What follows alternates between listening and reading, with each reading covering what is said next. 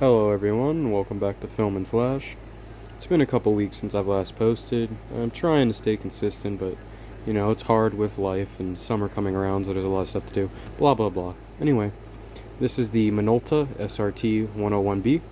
This is a SLR 35mm film camera. It was introduced in 1976, and it has a 50mm 1.4 MD Ricard Minolta lens. This is the original lens from the factory. A lot of times I get these, they don't come with that. I paid $1 for this. This is your back telling you what adjustment to adjust your camera to based off of your ASA and your DIN. I actually don't know what DIN stands for, but I do know that you should adjust this right here, this knob, pull this up, rotate it, and adjust it to the ASA on the film, like 800 or 400. So, to use this camera, you will pull this up, you will load your film in right here, pull it across, close this. So to use this, you have to cock this, and then this acts, oh, I thought it acted as a safety. Another camera I picked up today has that, but anyway, just cock this and press the shutter button. It has a screw which allows for a external shutter, and it has a self timer on the front which you use by rotating this and pressing here.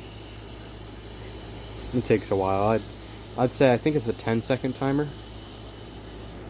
Oh, okay, well it shouldn't have did that.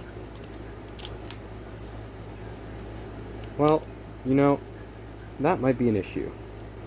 I did not think it was going to do that.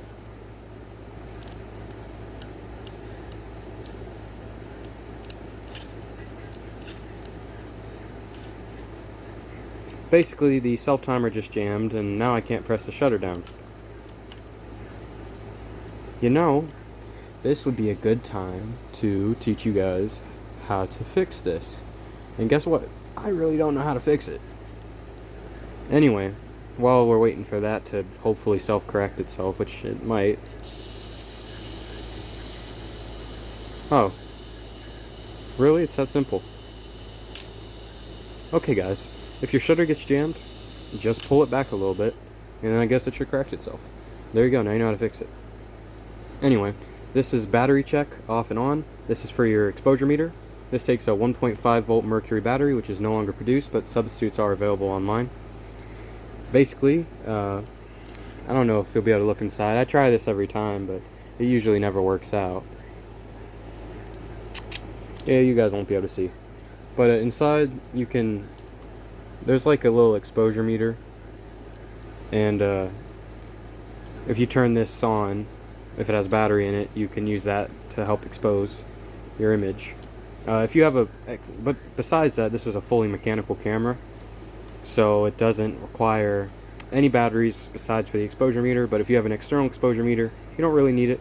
Most of the time I recommend using external anyway. It's usually more precise unless you have a camera that has a really good one. This one does actually have a really good one. It's a weighted one, I'm pretty sure. Either that or the Sears has one.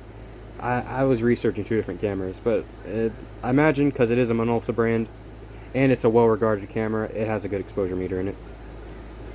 But to take off the lens, you will push this down, and then this just screws right off. Damn! It should just screw right off. It might not.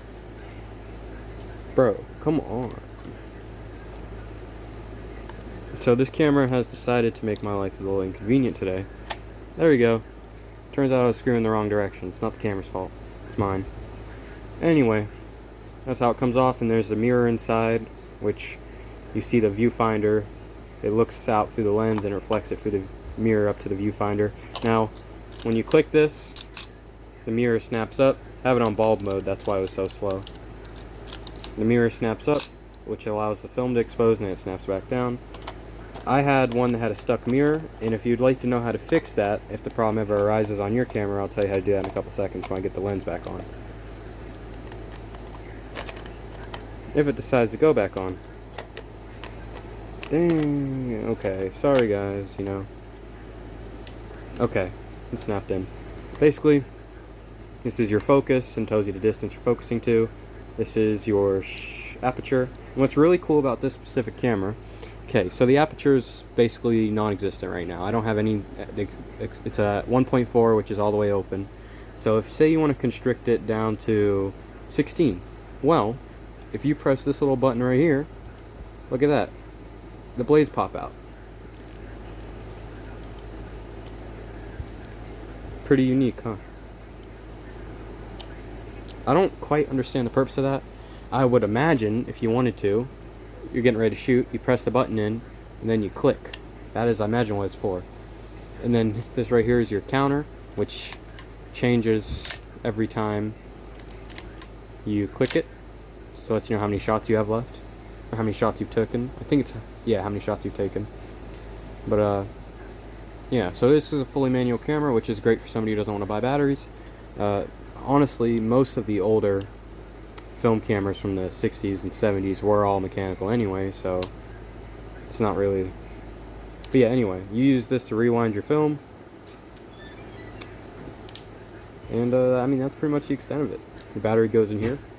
This is the, I'd assume it's to check your battery, but it has this right there, so maybe you rotate over the battery check, then click this. I don't know. That's the only thing I can't tell you what that's for. But anyway, that's about all there is to say. Oh, Hoya makes filters for lenses too, just in case you guys didn't know. And thank you guys for watching. 35mm film, 24 exposures per film roll, and you get a pack of film for like 10 bucks. And then you get developed at like Walgreens, or, and you can even send it out to specialized companies if you want higher quality prints. I don't know if there's much more to say about this. It's for semi-professionals and serious amateurs. So it's readily available for around 50 bucks. Slightly more if it's in high condition and if it has the original lens, original packaging, stuff along those lines. If you're going to put a different lens on it anyway, I would just buy the body. It's cheaper. You'll save money. Thank you guys for watching. Film and Flash out. Please like and subscribe.